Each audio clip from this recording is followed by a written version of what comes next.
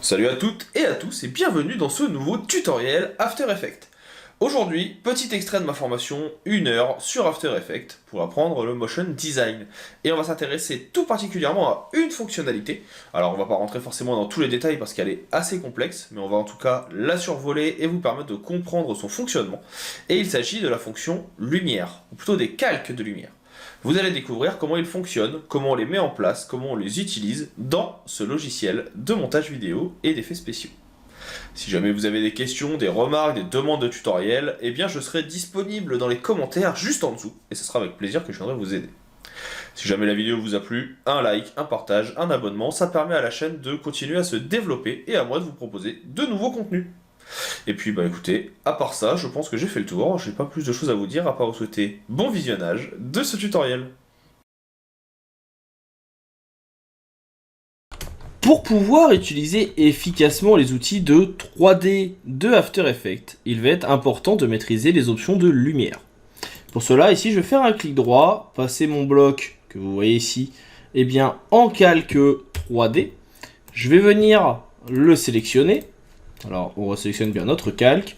Je vais faire une petite rotation un petit peu dans ce sens. Et on va venir lui ajouter de l'extrusion, c'est-à-dire qu'on va venir faire qu'il soit beaucoup plus en profondeur. Pour cela, ici, vous avez profondeur d'extrusion, qui va vous permettre, comme vous le voyez, on l'a déjà vu, d'aller un petit peu plus loin en profondeur et d'avoir quelque chose qui soit en relief. Le souci qu'on va avoir ici, c'est que, il va être plat. Parce que aucune source de lumière n'est indiquée. Pour modifier cela, on va aller dans Calque. On va aller dans Nouveau. Et on va choisir Lumière. Raccourci, CTRL, ALT, MAJ, L. Vous allez choisir ici votre spot. Vous avez le choix du type de lumière. On va voir les trois. Parallèle, concentrée, ponctuelle et ambiante. La couleur de la lumière. Est-ce qu'elle est plus ou moins forte? Est-ce qu'il est plus ou moins agrandi et plus ou moins progressif? Est-ce qu'on a une atténuation de notre lumière au fur et à mesure? Et si oui, avec quel rayon et quelle distance? Et est-ce qu'il projette une ombre? On clique sur OK. Et on a ainsi notre spot. Sur ce spot, vous retrouvez des paramètres que vous connaissez, c'est-à-dire ici tout simplement les effets de 3D avec la possibilité de faire une rotation de votre ampoule. Parce que, soyons très clairs, c'est une ampoule. Donc en Z, en X et en Y. Alors là, quand on est très proche, on ne se rend pas vraiment compte. Mais si je viens dézoomer, vous comprendrez mieux. Cette ampoule, je vais pouvoir venir la déplacer. Est-ce qu'elle va être éloignée ou très proche, ce qui va définir la façon dont va être projetée la lumière? Est-ce qu'elle va être orientée dans une direction ou dans une autre? Là, vous voyez que je peux la modifier. Je peux venir également lui faire une rotation dans un axe précis. Par exemple ici, sur mon axe X, pour pouvoir venir la réduire. Je vais pouvoir venir également la déplacer. Si besoin, vous pouvez zoomer pour pouvoir venir être un petit peu plus précis. Et là, ça va me permettre, vous le voyez, de pouvoir venir avoir la luminosité dont j'ai besoin. Ça va aller du coup de pair avec les options de surface que l'on a directement dans notre calque 3D. On va pouvoir revenir de nouveau modifier ici l'extrusion, le biseau qui sera de ce fait beaucoup plus visible avec une profondeur plus ou moins importante. On va pouvoir décider si notre objet va projeter des ombres ou non. Est-ce qu'il va être sur une ambiance plus ou moins lumineuse? Est-ce qu'il va être plus ou moins métallique? Bref, pas mal d'options de texturing qui peuvent être intéressants. Là par exemple, avec la diffusion, ça veut dire qu'il va relancer, il va diffuser un petit peu plus de lumière. Le spéculaire va faire qu'il va attraper un petit peu plus de blanc. Ce qui va donc permettre d'avoir un effet un petit peu highlighté, un petit peu surexposé. Est-ce qu'il va prendre la brillance ou non? Donc tout ça, ça peut être assez intéressant à regarder. Et dans la partie spot lumineux, que vous ouvrez ici, vous avez deux choses. Transformer, que vous connaissez maintenant pour placer efficacement vos points, et les options. Dans les options, on va retrouver l'intensité. Plus on va baisser, plus ça va être sombre, et vous allez pouvoir venir augmenter, ce qui rendra plus lumineux votre objet. Vous pouvez choisir la colorimétrie, avec par exemple peut-être une lumière rouge, qui va changer la couleur de votre objet s'il est trop clair. Une lumière peut-être rose, qui va donner une teinte un petit peu plus colorée. Une lumière que l'on veut un petit peu bleutée, un petit peu sombre, qui va donner un effet graphique spécifique. À vous de choisir la couleur de votre ampoule. Ici on est sur un cône, vu qu'on est sur une lumière concentrée, c'est comme si on avait un spot qui venait se mettre. on va pouvoir venir dire si notre spot il doit être plus ou moins serré ou plus ou moins écarté. Vous allez dire si autour du spot, on va avoir plus ou moins de contours progressifs ou quelque chose de très net. Vous allez pouvoir dire également s'il y a ce qu'ils appellent un retrait. C'est-à-dire que suivant la façon dont va être lissée la luminosité, ça sera plus ou moins visuel. Le rayon, ça va tout simplement être la taille de votre retrait, de votre effet, et la distance de retrait. Encore une fois, ici on est sur aucun, donc pas de différence. Mais si je viens augmenter mon rayon, on va avoir plus de lumière. Si je viens réduire, on en aura moins. Si je viens beaucoup augmenter et que je viens réduire la distance de retrait, ça veut dire que ça va venir faire un ovale plus qu'un cercle. A l'inverse, en augmentant le retrait, on a plus de lumière. Pour la projection des ombres, ici on met oui, c'est pas encore parfait.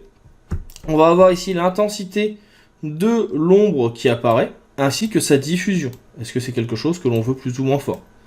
Donc ça, c'est des effets qui peuvent être un petit peu plus complexes à mettre en place. Je vais pas vous mentir, je trouve que les outils liés à After Effects pour ça ne sont pas parfaits. Quitte à faire de la 3D, autant les faire dans des logiciels de 3D et importer les compositions après. Mais ça pourra vous servir si vous voulez ajouter dans un film ou dans une vidéo, eh bien, des effets de lumière. En plus de la lumière concentrée, vous avez aussi parallèle. Parallèle, un petit peu plus simple. Il va juste prendre votre petite nuance et il va dire, voilà, la lumière par rapport à ça, elle va être à tel endroit ou tel endroit. Vous pouvez venir encore une fois le modifier. Là, vous voyez que je change l'angle. On a ici le repère qui nous montre où est l'angle. Et on va pouvoir dire, eh ben, c'est dans cette direction. Ou si je viens ici le changer avec ma notion de déplacement en X, bah, est-ce que c'est plus ou moins dessus, en Y d'ailleurs, c'est pas en X. Est-ce que ça va être plus ou moins dans une autre direction? Bref, on va pouvoir venir adapter un petit peu tout ça pour avoir exactement ce dont on a besoin dans la composition. Bien sûr, j'ai réussi il y a 2 minutes, et là, j'y arrive plus, sinon c'est pas drôle. Bref, vous avez compris le principe de parallèle.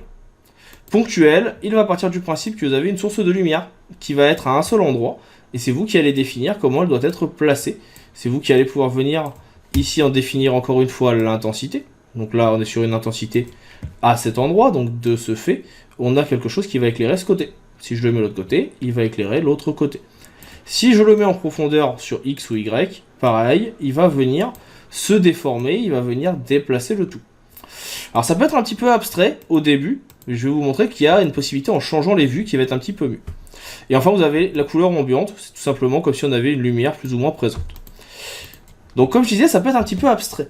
Ici, on est en mode caméra active. Donc, si on avait une caméra, ce serait tout simplement l'endroit où elle serait placée. On va pouvoir se mettre ici en vue personnalisée 2, qui va nous permettre en fait de voir un petit peu mieux comment est placé notre élément. C'est-à-dire que là, on voit que la caméra, par rapport à au-dessus, eh bien, elle est bien dans cet angle. Ce qui fait qu'on a beaucoup de lumière ici, et que de l'autre côté, ça se décale. Mais on va pouvoir venir la déplacer. On va pouvoir venir modifier l'orientation en X, en Y, pour pouvoir venir adapter le tout.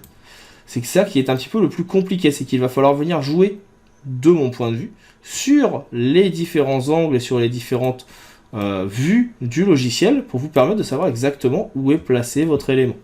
C'est pas toujours facile, mais ça va permettre de pouvoir venir avoir quelque chose d'un peu plus intéressant et surtout que vous allez pouvoir venir travailler. Donc ça prend un petit peu de temps à maîtriser. Pas d'inquiétude, si vous n'y arrivez pas tout de suite, ça viendra avec l'expérience. Voilà pour toute cette partie en tout cas sur les spots lumineux. On va maintenant s'attaquer à un autre calque, qui est le calque de caméra, qui vous permettra de pouvoir venir donc plus facilement filmer et voir comment vous allez placer vos éléments dans la composition.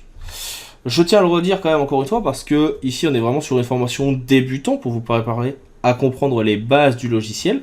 Pour pouvoir vraiment vous améliorer, le secret, ça sera de tester. Chaque composition, chaque projet étant différent, ça va être vraiment le test et en venant accumuler de l'expérience avec cet outil que vous le maîtriserez beaucoup plus facilement. Voilà pour cette vidéo sur le spot, on attaque la suite tout de suite.